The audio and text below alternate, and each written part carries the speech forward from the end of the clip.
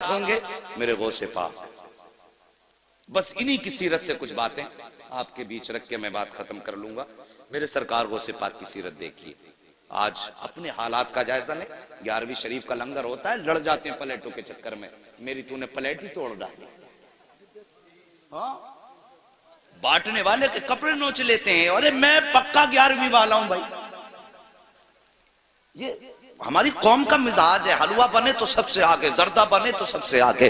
حلوے تو کھائے گا تو سیرت کون سیکھے گا، زردے تو کھائے گا تو سیرت کون سیکھے گا۔ ہاں میرے سرکار غوث پاک کا کردار دیکھو، اللہ اکبر۔ سرکار غوث پاک کے دور میں گویا تھا جس کی آواز بڑی اچھی تھی، اتنی اچھی آواز تھی کہ لوگ اس کو گانا سننے کے لیے بلایا کرتے تھے، وہ گانے گایا کرتا تھا۔ لیکن اب سنو اللہ والوں کے کام کیا ہوتے ہیں، سننا ذرا غور سے اس بات کو، شاید کہ اتر جائے تیرے دل میں میری بات۔ انہوں نے غوث پاک کے دور میں جب اس نے گانا شروع کیا نا، میرے غوث پاک فرماتے ہیں سن تیری بڑی اچھی آواز ہے، گانے نہ گایا کر، اس سے اللہ ناراض ہوتا ہے، کچھ اور نعت پڑھ لیا کر۔ وہ کہنے لگا یار دیکھو تو عبد القادر کو میری کمائی سے جلن ہوتا ہے، میری شہرت سے جلتے ہیں۔ اللہ اکبر۔ غوث پاک کو اور چوراہے پہ کھڑے ہو کے برائیاں کرنے لگا۔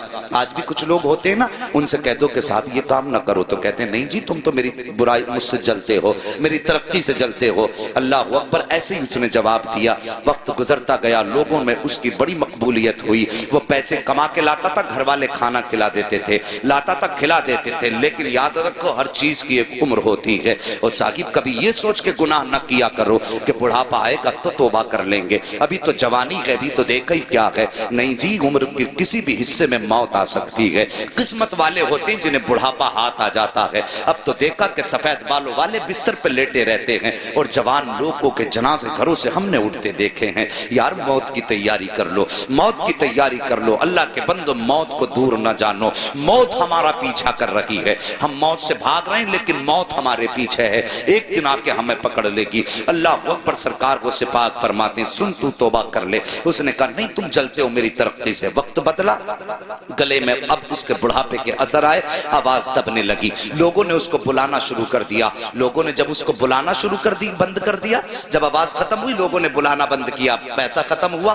گھر والوں نے کھانا کھلانا بند کیا۔ کچھ دن تک پیسہ رہا، گھر والے کھلاتے رہے، لیکن جب پیسہ بالکل ختم ہوا گھر والوں نے اس کو کھانا دینا بند کر دیا، اپنوں نے منہ لگانا بند کر دیا۔ جب اپنوں نے منہ لگانا بند کر دیا، پھٹے کپڑے ہو گئے، میلا لباس ہو گیا، کوئی کھلاتا نہیں تھا، مکھیاں بدن پہ بھنکنے لگی، کوئی پاس نہیں بیٹھاتا تھا، جا کے قبرستان میں جا کے بیٹھ گیا، سوچنے لگا ایک دن یہیں پہ آنا ہے، ہو سکتا ہے کوئی مجھے کاندھا نہ دے۔ یہ سوچ کر کے قبرستان جا کر کے بیٹھا، دنیا مخالف ہے، کوئی کاندھا نہیں دے گا، مروں گا تو یہیں رہ جاؤں گا۔ لیکن اللہ اکبر، ایک دن اسی قبرستان کے پاس سے میرے سرکار غوث پاک کا گزر ہو جاتا ہے، اور وہ کریم ابن کریم جو ٹھہرے، وہ سخی ابن سخی جو ٹھہرے، اللہ اکبر، جیسی قبرستان کے پاس سے گزرے وہی لباس اس کا پرانا ہے، مکھیاں اس کے بدن پہ ہیں۔ میرے غوث نے قدم روک دیے، غور سے دیکھا، دیکھنے کے بعد پہچان گئے یار یہ تو وہی گویا ہے جو چوراہے پہ کھڑے ہو کر میری مخالفت کیا کرتا تھا، جو چوراہے پر کھڑے ہو کر کے میری برائی کیا کرتا تھا۔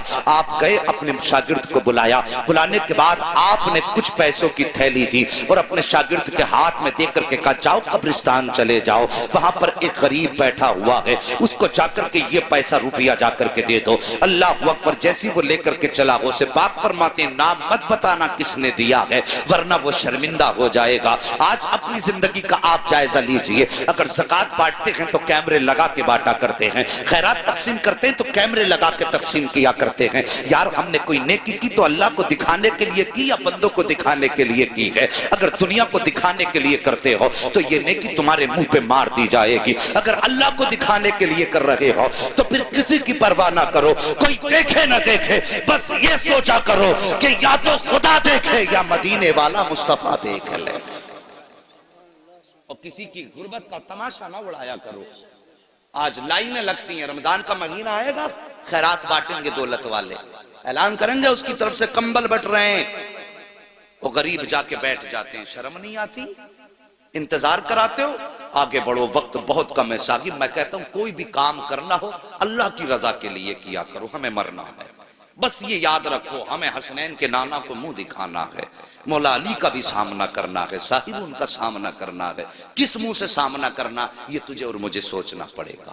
سرکار غوث پاک فرماتے ہیں جا کے اسے بتانا مت کس نے دیا ہے۔ یہ آیا مرید لے کر کے، آنے کے بعد قبرستان میں اسی غریب کے ہاتھ میں جا کے جب تھیلی رکھی نا، اس نے یوں چہرہ اٹھایا اور دیکھ کے آنکھوں میں آنسو آ گئے، کہنے لگا یار یہ تو بتا دے، پورے شہر کے اندر کسی نے مجھے منہ تک نہیں لگایا، کوئی مجھے ایک وقت کا کھانا دینے تیار نہیں ہے، یہ بتا یہ اتنا احسان کس نے کر دیا ہے؟ کون ہے اتنا مہربان جو مجھ سے اتنا پیار کرتا ہے؟ شاگرد کہتا ہے مجھے دینے کا حکم ہے، بتانے کا حکم نہیں دیا گیا ہے۔ یہ کہہ کے شاگرد جب چلنے لگا، اس نے کہا ٹھہر مجھے پتا ہے۔ اللہ اکبر، جیسی وہ واپس آیا ہے، وہ مرید شاگرد آ گیا، سرکار غوث پاک پڑھانے میں مصروف ہیں۔ جب واپس آیا تو آ کر کے وہی فقیر بھکاری دروازے پہ کھڑا ہو گیا۔ میرے غوث اپنی جگہ سے اٹھ کے کھڑے ہو گئے، ہاں یہ آئینہ ہے آج کے پیروں کے لیے جن کے پاس غریبوں سے ملنے کا ٹائم نہیں ہوتا ہے، ان پیروں کے لیے جو امیروں کے یہاں پہ صبح و شام گزارا کرتے ہیں، غریب دروازے پہ آئے تو اسے ٹائم دے کے ٹال دیا کرتے ہیں، تجھے جمعرات میں آنا، تجھے پیر میں آنا ہے، امیر آ جائے تو آئیے استقبال کیا جاتا ہے۔ یار شرم کرو، تم کتنے بھی بڑے پیر ہو جاؤ، غوث پاک سے بڑے پیر نہیں ہو سکتے ہو۔ اخلاق دیکھو میرے غوث پاک کا، جیسے یہ غریب دروازے پر آیا ہے، آ کر کے میرے غوث نے دیکھا کھڑا ہے، اٹھ کے اپنی جگہ سے کھڑے ہو گئے اور فرماتے ہیں بتا اب بھی کچھ کمی رہ گئی ہے؟ اتنا سندا تھا، آنکھوں میں آنسو آئے، ہچکی بھر کے رونا شروع کر دیتا ہے۔ میرے غوث اپنی جگہ سے چلے ہیں، چلنے کے بعد اس کے پاس جا کے کھڑے ہو گئے۔ وہ کہتا کہ سرکار میں تو یہ سوچ رہا تھا، ساری زندگی میں نے آپ کی مخالفت چوراہوں پر کی ہے، ساری زندگی میں نے چوراہوں پہ کھڑے ہو کے آپ کی برائی کی ہے، میں یہ سمجھتا تھا میرا دشمن اگر یہاں پہ کوئی سب سے بڑا ہے تو وہ آپ ہیں، لیکن میں سمجھ نہیں پایا تھا آپ اتنے بڑے سخی ہو، اتنے بڑے کریم ہو کہ میں یہ سمجھ نہیں پا رہا ہوں کہ آپ نے میری اتنی بڑی بڑی خطائیں معاف کر دی ہیں، اتنا سننا تھا۔ میرے غوث مسکرا کے کہتے ہیں بتا اور بھی کچھ چاہیے؟ اس نے کہا سرکار مجھے یاد ہے ایک بار جوانی میں مجھ سے کہا تھا کہ توبہ کر لے خدا راضی ہو جائے گا، میں نے آپ کی نہیں مانی تھی، اب بس اتنا بتائیے کیا آج توبہ کروں گا تو کیا میرے گناہ معاف ہو جائیں گے؟ میرے غوث مسکراتے ہیں اور کہتے ہیں اللہ ہاتھ بڑھا دے، ہاتھ میں ہاتھ دے دے، صرف توبہ سے گناہ کی معاف نہیں ہوں گے بلکہ اللہ تجھے محبوب بھی بنا لے گا۔ اس نے اتنا سنا ہے، تڑپ کے کہتا ہے سرکار کیا اتنا بڑا کرم بھی ہو سکتا ہے؟ میرے غوث کہتے ہیں ہاتھ بڑھا دے، توبہ کرنا تیرا کام ہے اور تجھ کو ولی بنا دینا یہ عبد القادر جیلانی کا۔ نعرہ تکبیر، نعرہ رسالت، علماء اہل سنت، مسلک اعلی حضرت، جشن غوث الورا، نعرہ تکبیر، نعرہ رسالت۔ ہاں صاحب، انہوں نے تو رات دن کی برائی کرنے والوں کو معاف کر دیا، اب اپنے گریبان میں جھانک کے ذرا دیکھئے، اگر چوراہے پہ باپ بیٹے کو ڈانٹ دینا تو بیٹا کہتا ہے تم نے میری بے عزتی کر دی، اور پھر کئی دن تک باپ سے نہیں بولتا ہے۔ ہم نے تو بھائیوں کے بیچ ایسی دیواریں دیکھی ہیں یار، بھائی ہوتا ہے، اللہ کی قسم بھائی وہ نعمت ہے جس دن یہ چلا جائے گا نا اس دن اس کی قدر معلوم ہوگی۔ اور تمہیں پتا کیا کہ بھائی کیا ہوتا ہے؟ اگر بھائی کی قدر جاننی ہے تو کوئی پوچھے میرے حسین سے کربلا کے میدان میں جب غازی عباس کی شہادت ہوئی تھی، میرے حسین نے یوں ہاتھ رکھ کے کہا تھا آج حسین کی کمر ٹوٹ گئی ہے اور تجھے بھائی کی طاقت کا اندازہ نہیں ہے، آج بھائی کے خلاف کھڑا ہوا ہے۔ صاحب کب تک لڑو گے، کب تک لڑتے رہو گے؟ ہم نے تو اپنوں کو معاف کرنا نہیں سیکھا، انہوں نے تو دشمنوں کو بھی سینے سے لگایا ہے، پھر کیسے کہتے ہو غوث کا دامن نہیں چھوڑیں گے؟ اللہ اکبر، ہم نے یہاں تک دیکھا ہے حضرت جی، یہاں تک دیکھا ہے کہ بھائیوں کے اختلاف اتنے بڑھ جاتے ہیں کہ گھر کے اندر فنکشن ہوتا، ایک بھائی کے گھر میں فنکشن ہے، دوسرا بھائی دروازہ بند کر کے بیٹھا ہے، بھائی کے بچے پوچھ کے کہتے ہیں ابا بتائیے کیا چچا ہمیں منانے کے لیے آئیں گے؟ باپ کے بچے منہ زبان پہ ان بچوں کے لیے کوئی جواب نہیں ہوتا ہے، وہ سوچتا ہے ہاں کہتا ہوں اور بھائی نہ آیا تو بچوں کو کیا منہ دکھاؤں گا، اور اگر نہ کہتا ہوں تو بھائی بچے کہیں گے ابا جی آپ کے دل میں کوئی کمی ہے، مگر جب باپ پوچھتا کہ بچے پوچھتے ہیں بھائی آئے گا تو باپ ٹال دیا کرتا ہے۔ اور یار تمہارے بچے جب خوشیاں مناتے ہیں، تمہارے بھائیوں کی ناراضی کا نتیجہ یہ ہوتا ہے کہ تمہارے دروازے پر ایک کتا بھی چوڑے چمار بھی کھا کے چلے جاتے ہیں، اگر تمہارے دروازے پہ نہیں آیا تو اپنا بھائی نہیں آیا ہے۔ تم نے گاؤں کے پردھان کو منانے کے لیے، اپنے گھر لانے کے لیے اپنے پیر کی جوتیاں تک توڑ ڈالی ہیں، اگر نہیں پہنچے ہو تو بھائی کے دروازے تک نہیں پہنچے ہو، ایک بار اس کے دروازے پہ اگر چلے جاتے اور جا کے اتنا کہہ دیتے بھائی مجھ سے غلطی ہو گئی ہے، اللہ کی قسم کھا کے کہتا ہوں جہاں یہ دنیا کے دولت والے تم سے 70 چکر لگواتے ہیں، یہ تیرا اپنا بھائی ہے، ایک بار دروازہ تو کھٹکھٹا کے دیکھ لیتا، اور تو نے کتنی بھی بڑی اس بھائی کے خلاف سازش کی تھی، ایک بار اتنا کہہ دیتا کہ بھائی خطا ہو گئی ہے، پھر اس کی آنکھوں میں دیکھتا ماں کی ممتا بھی نظر آتی، باپ کی شفقتیں بھی دکھائی دیتی، خاندان کی محبتیں بھی دکھائی دیتی، اور خون کا ابال بھی دکھائی دیتا۔ وہ کہتا یار چھوڑ دے، جب تو دروازے پہ آ گیا ہے میں نے تجھے معاف کر دیا ہے، تو مجھے معاف کر دے۔ جب تمہاری یہ ملاقات ہوتی تم مدینے سے صدا آتی، اور دونوں بھائیوں ایک دوسرے کو معاف کر کے تم نے مجھے خوش کر دیا ہے۔ جب یہ مدینے والا کہتا تو رب فرما دیتا جب تم نے مصطفیٰ کو خوش کر دیا کہ میں نے تم کو معافی کا پروانہ عطا فرما دیا۔ ہاں ہمیں تو جنت بھی اگر چاہیے، یا رسول اللہ زندہ آباد، ہمیں تو زندہ آباد، زندہ آباد۔ ہمیں تو جنت بھی وہ چاہیے جو مولوی 100 روپے لے کے جنت بانٹ کے چلا جائے۔ جنت کے مولوی کے باپ کی ہے؟ مجھے نہیں آتا یہ کہنا کہ ایک رات جلسہ کرا تو جنتی ہو جاؤ گے۔ ہاں ہاں وہ بات اپنی جگہ صحیح ہے، کوئی ایک نیکی اگر کام آ گئی تو بخشش کے لیے کافی ہو جائے گی، لیکن ٹھیکہ نہیں، گارنٹی نہیں۔ یہ بات یاد رکھنا کہ زندگی میں ایک جلسہ ہو اس میں آ کے سن لی اور پورے سال خرافاتیں کرتے رہے، پھر ایسے جلسوں کا نتیجہ کیا؟ آج آ کے بیٹھے کچھ حاصل کر کے جاؤ۔ میرے غوث نے تو دشمن کو بھی معاف کر دیا، پھر ہم اپنے بھائی کو معاف کرنے کی ہمت کیوں نہیں رکھتے؟ اور سوچو ذرا، دل پہ ہاتھ رکھ کے سوچو، جب میرے نبی کے پتھر مارے نا ظالموں نے تو صحابہ کہتے تھے آقا اب تو پانی سر سے اوپر ہو گیا ہے، اب بد دعا کر ہی دیجئے۔ نبوت والے ہاتھ اٹھے، صحابہ کہتے ہیں ہم سوچنے لگے، ہم آقا کے چہرے پہ نگاہیں جم گئیں، آج نبی بد دعا کریں گے وہ کفر ہمیشہ کے لیے ختم ہو جائے۔ صحابہ فرماتے ہم نے دیکھا نبوت والے وہ ہونٹ ہلے جن کے بارے میں میرے امام نے مسکرا کے کہا پتلی پتلی گلے قدس کی پتیاں، ان لبوں کی نزاکت پہ لاکھوں سلام۔ صحابہ فرماتے جب وہ ہونٹ کھلے نا ہم حیرت میں رہ گئے، نبی نے بد دعا نہیں کی بلکہ جملہ نکلا اللہ یہ مجھے پہچانتے نہیں تو ان کو میری پہچان عطا فرما دے۔ اللہ اکبر، یہ دیکھو یہ نبی ہیں، ہم نے اس نبی کا کلمہ پڑھا ہے جس نے دشمن کو سینے سے لگایا، اور پھر ہم کس کھیت کی مولی ہیں؟ میرے نبی نے یہی تو دین دیا تھا، معاف کرنے والا بدلہ لینے والے سے زیادہ طاقتور ہوتا ہے۔ اگر تم سے کسی کا دل ٹوٹا ہے تو یار اپنی انا مٹی میں ملا دو، بس صرف مصطفیٰ کی رضا کے لیے۔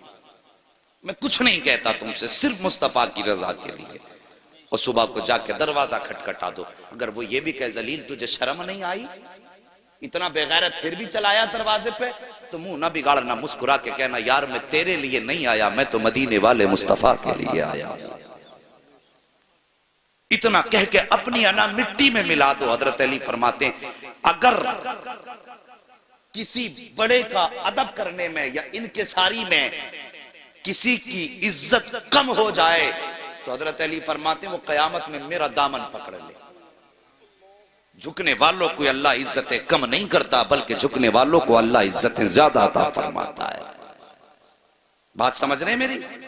ہم میں تو دیواریں بڑی اونچی اونچی ہو گئی۔ ایک بھیا اگر بن گیا نا کوئی ادھیکاری اور دوسرا بیچارہ ٹھیلا لگا کے بچے پالتا ہے تو ان کے بیچ بڑا فرق ہو گیا۔ وہ سوچ یار تجھے اللہ نے اگر ادھیکاری بنا دیا، تیری 60,000 یا 90,000 تنخواہ ہے، تو سوچ وہی خدا اگر چاہتا تو تجھے ٹھیلے پہ لگا دیتا، اور جسے ٹھیلے پہ لگایا اسے اس پوسٹ پہ بیٹھا دیتا۔ پھر بتا تیرا کیا ہے اس میں؟ اللہ نے زندگی دی ہے، اگر امیر بھی ہو نا تو غریبوں کو نبھا کے چلو۔ میرے غوث پاک رضی اللہ تعالیٰ عنہ حج کے سفر کے لیے روانہ ہوئے، شور ہو گیا پورے بغداد میں، سرکار غوث پاک حج کے لیے جا رہے ہیں. آپ دیکھیے حضور آسن میں آئے, خبر ہو جائے آسن میں آ رہے ہیں, کتنی بھیڑ لگ جاتی ہے کہ نہیں لگتی کہ نہیں لگتی؟ بہت بھیڑ لگتی. اور پھر اگر پتہ چل جائے تاج الشریعہ آ رہے ہیں, پھر تو میدان چھوٹے پڑ جاتے. سوچو اگر تاج الشریعہ کا یہ عالم ہے اور جب لوگوں کو پتہ چل جائے کہ بغداد والے غوث حج کے لیے جا رہے ہیں, پھر کیا عالم ہوگا؟ بھیڑ لگنے لگی. اللہ اکبر. سبق حاصل کرو زندگی سے. بھیڑ لگنے لگی, بہت بڑا قافلہ ہو گیا. جب چلنے لگا تو ظاہر ہے پہلے کوئی ہوائی جہاز تو تھے نہیں, نہ بسیں تھی. وہ چوپایوں والی سواریوں پہ لوگ سفر کیا کرتے تھے, یہی تھا نا, سفر کرتے تھے. جب سفر کرتے تھے پیدل تو پھر راستے میں پڑاؤ بھی پڑنا یہ بھی ضروری تھا, ٹھہرنا آرام کرنا. تو کچھ بستیاں راستے میں پڑتی تھی. وہاں لوگوں کو پتہ چلا غوث پاک ادھر سے گزرنے والے ہیں, تو پتہ چلا یہیں قیام کریں گے. امیروں نے اپنے اپنے گھر سجا دیے, انتظام کر دیا غوث پاک میرے گھر ٹھہریں گے.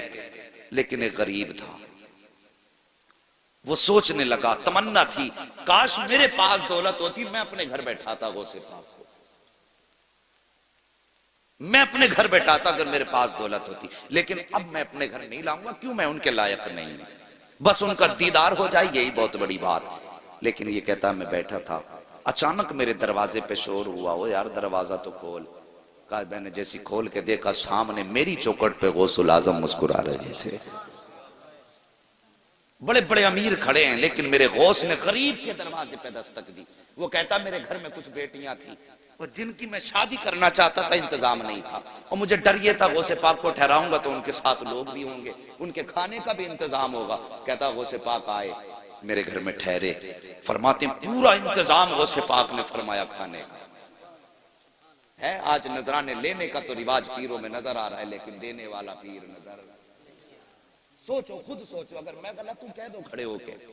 دینے والا پیر. نذرانوں کا ایک تصور تھا پیروں کی بارگاہ میں کہ امیروں سے لیتے تھے, غریبوں کو دیتے تھے, اس لیے امیر جا کے دیتے تھے حضرت یہ نذرانہ. اب تو بھائی غریب بھی آ کے کہتا نا حضرت 50,000 کم پڑ رہے ہیں بیٹی کی شادی میں, دعا فرما دیں, تو پہلے 100 روپے دعا کے لیے لے لیتا وہ اس سے.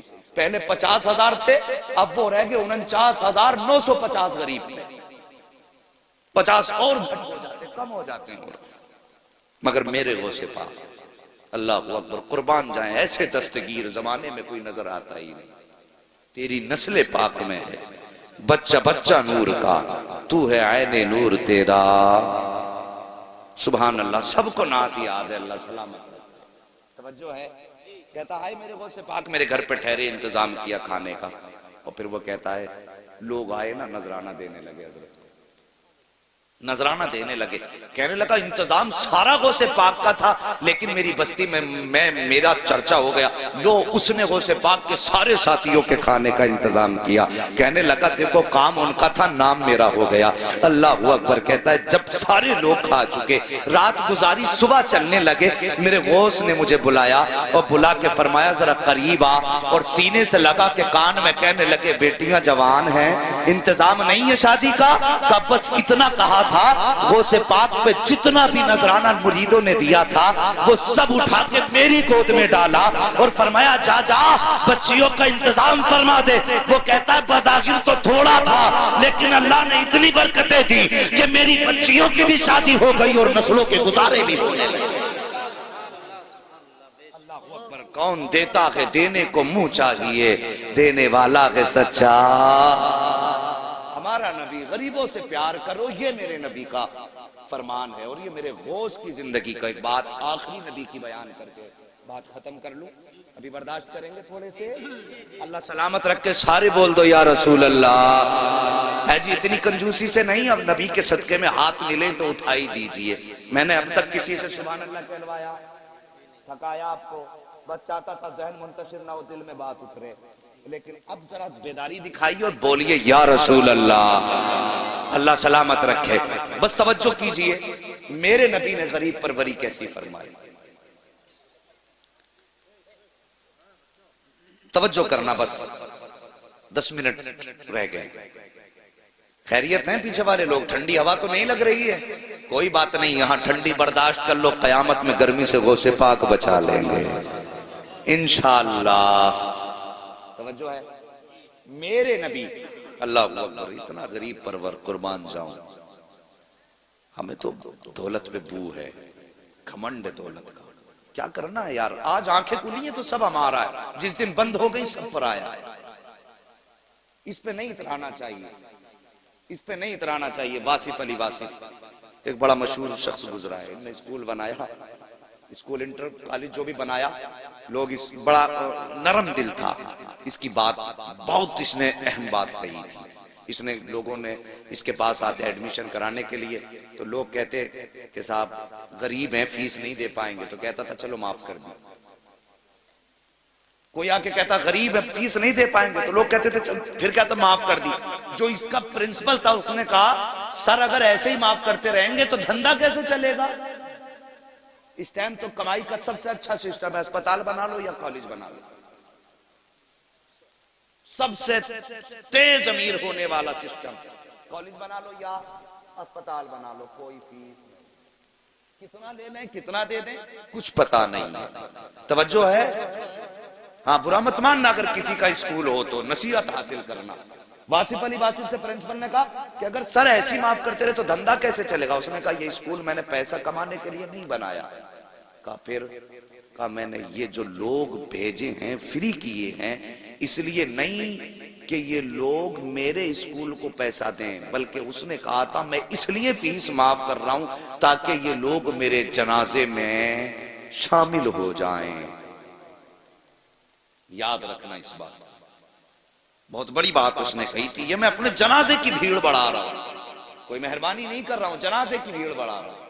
پتہ چلا اچھے عمل کرو گے تو بھیڑ اچھی ہوگی. لیکن یہ بھی ہوتا ہے, پدھان مرے تھے, کتا مرا پدھان کا تو پورا گاؤں تھا, پدھان مرے تو آدھا بھی گاؤں نہیں تھا, اس لیے کہ وہاں تو پدھان کو منہ دکھانے گئے تھے. اب جب پدھان ہی مر گئے تو پھر کسے منہ دکھانے جاتے. سمجھ رہے نا میری بات. یہ محاورہ ہے, اگر کوئی برادری یہاں پدھانوں کی ہو تو برا مت ماننا کہ مولوی ہمیں کہہ گیا ہے جی. بس سمجھانا چاہتا ہوں کہ جب تک آنکھیں کھلی ہیں تب تک ہمارا ہے, آنکھیں بند ہوئی تو سب پر آیا, سب پر آیا. آؤ رب کے قریب ہو جاؤ, اپنے مصطفیٰ کے قریب ہو جاؤ. یہ زندگی کا سب سے اہم مشغلہ ہے کہ ہم مصطفیٰ کے قریب ہو جائیں. ہم تو غریب رشتہ داروں کو اپنانے سے انکار کر دیتے. اگر کہا جائے کہ یار تجھے اللہ نے اتنی دولت دی ہے, تیری بہن غریب ہے, اسی کی بیٹی لے آ گھر میں, مدد کر دے اس کی, تو کہتا ہے کہ یار مدد کر تو دی, 4 لاکھ دے رہا ہوں. اور ظالم تیرے 4 لاکھ سے کیا مدد ہو جائے گی. اللہ نے تجھے دولت دی ہے, چلا جا بہن کے دروازے پہ, جھولی پھیلا کے کہہ دے بہن اپنی بیٹی میری جھولی میں ڈال دے.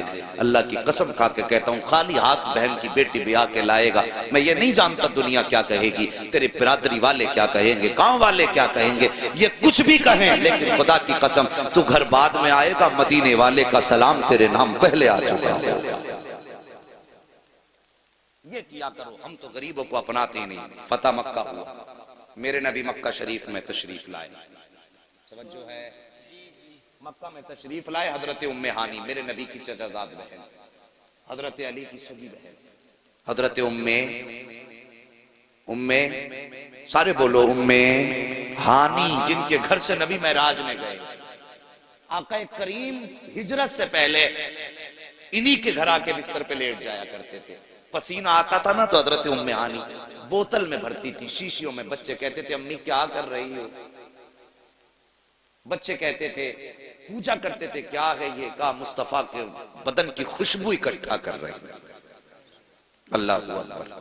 ان کے ہاں مصطفیٰ بیٹھا کرتے تھے. ہجرت کر گئے, شوہر نے چھوڑ دیا, یہ مکے میں رہ گئی. میرے نبی ہجرت کر کے مدینہ چلے. فتح مکہ ہوا, ہزاروں کی تعداد میں آج لشکر مصطفیٰ کے ساتھ. جب مکے میں سرکار داخل ہوئے نا تو سر اتنا جھکا تھا کہ آپ کی پیشانی اونٹ کی کوہان پر لگ رہی تھی. اتنا سر جھکا تھا. ہمیں تو گھمنڈ اتنا آ جاتا ہے, ذرا سی ممبریا کیا بن گئی, پوری دنیا کو سر پہ لیے گھوم رہے. ہاں پوری دنیا کا بادشاہ میرا نبی ہے, پوری کائنات کا مالک میرا نبی ہے, اور فتح مکہ ہوا کہ ہزاروں کا لشکر پیچھے ہے. ام ہانی کے بچے دوڑ کے آئے. ماں آج وہ آیا ہے جس کے تو قصے سناتی ہے. ماں آج وہ آیا ہے جس کے تو چہرے کی تعریف کرتے نہیں تھکتی ہے. ماں آج وہ مکے میں آیا ہے جسے تو بھائی کہتی ہے. اتنا حضرت ام ہانی نے سنا. کہا کیا تو سچ کہہ رہا ہے؟ کہا ہاں ماں، میں نے دیکھا ہے وہی نورانی چہرہ ہے جو ادائیں تو نے بتائی ہیں. زلفیں بھی ویسی ہیں، آنکھیں بھی اتنی حسین جتنی تو نے بتائی ہیں. اے ماں اتنا پتا آج وہ بڑی شان کے ساتھ واپس آیا ہے. تو ایک غریب بہن ہے، کیا وہ آج تیرے دروازے آئے گا کہ نہیں آئے گا؟ اللہ اکبر. اتنا ام ہانی نے سنا. کہتی ہے میرا کلیجہ دھک سے ہو گیا. اپنے بچوں سے کیسے کہوں کہ وہ آئے گا کہ نہیں آئے گا؟ کہتی لیکن بچوں نے اصرار کیا. میں نے دل کو سنبھال کے کہا ہاں بیٹے وہ ضرور آئے گا. کہتی میں نے بچوں سے کہہ تو دیا تھا لیکن میرے دل میں دھک دھک تھی، کہیں ایسا نہ ہو وہ نہ آئے تو بچوں کو کیا جواب دوں گی. ام ہانی کہتی ابھی اسی شش و پنج میں تھی کہ بچے کہہ رہے تھے ماں وہ کب آئیں گے، ماں وہ کب آئیں گے. کہا فرماتی ہے اچانک میرے دروازے پہ دستک ہوئی. میں نے پوچھا کون؟ کہا محمد الرسول اللہ آیا ہے. اللہ اکبر. اتنا سنا. حضرت ام ہانی کہتی ہیں میں تو دروازے پہ بعد میں گئی، بچوں نے چھلانگ لگائی، مجھ سے پہلے دروازے پہ تھے. جیسی دروازہ کھولا تو سامنے وہی چہرہ تھا جس کی تعریف قرآن بیان کر رہا ہے. سامنے وہی چہرہ تھا جس کو دیکھ کر کے پتھر کلمہ پڑھنے لگ جاتے ہیں. اللہ اکبر. ام ہانی کہتی ہیں میں نے سرکار کا چہرہ دیکھا، سرکار تشریف لائے ہیں. تمہیں کیا لگتا ہے کہ مکے میں امیر نہ تھے؟ بڑے بڑے دولت والے تھے، بڑے بڑے امیر مکے میں موجود تھے، لیکن میرے نبی سب سے پہلے غریب بہن کی دہلیز پہ آئے ہیں. اللہ اکبر. میرے سرکار آئے ہیں. ام ہانی کے گھر تشریف لائے. آتے ہی سب سے پہلے جملہ ارشاد فرمایا اے بہن مجھے بھوک لگی ہے، جلدی سے کچھ کھانے کے لیے ہو تو لے کر کے آؤ. اللہ اکبر. آج امیر اپنی گردن اپنے گریبان میں جھانک کے دیکھیں، غریب رشتہ داروں کے یہاں بچوں کو لے کے جاتے ہیں تو چادر کو تین تین بار جھاڑتے ہیں، دکھاتے میں بڑا دولت والا ہوں، میں ایسی چادر پر بیٹھتا ہوں جس پہ مکھی بھی نہیں بیٹھا کرتی ہے. بچوں سے کہتے ہیں نہیں بیٹے چچی ہے اس برتن میں مت کھانا، یہ گندا ہے، یہ مکھیاں بیٹھی ہیں، تجھے حیا نہیں آتی، تجھے شرم نہیں آتی، تجھے پتہ نہیں ہے. تو نے بہن کے گھر پہ بچھی ہوئی چادر جب اپنے کپڑے سے جھاڑی ہے تو بظاہر تو نے اپنی شان دکھائی ہے، لیکن بستر پہ لگنے والا کپڑا صرف بستر پہ نہیں لگا بلکہ بہن کے کلیجے پہ لا کے بار بار لگا ہے. بہن کا بستر اس لیے جھاڑا جا رہا ہے کیونکہ وہ گندا ہے. آج تجھے بتاؤں بہن چیز کیا ہوتی ہے. میرے نبی حضرت ام ہانی کے گھر آئے ہیں. اللہ اکبر. کائنات کا بادشاہ ہے میرا نبی، سارے جہان کا مالک ہے میرا نبی.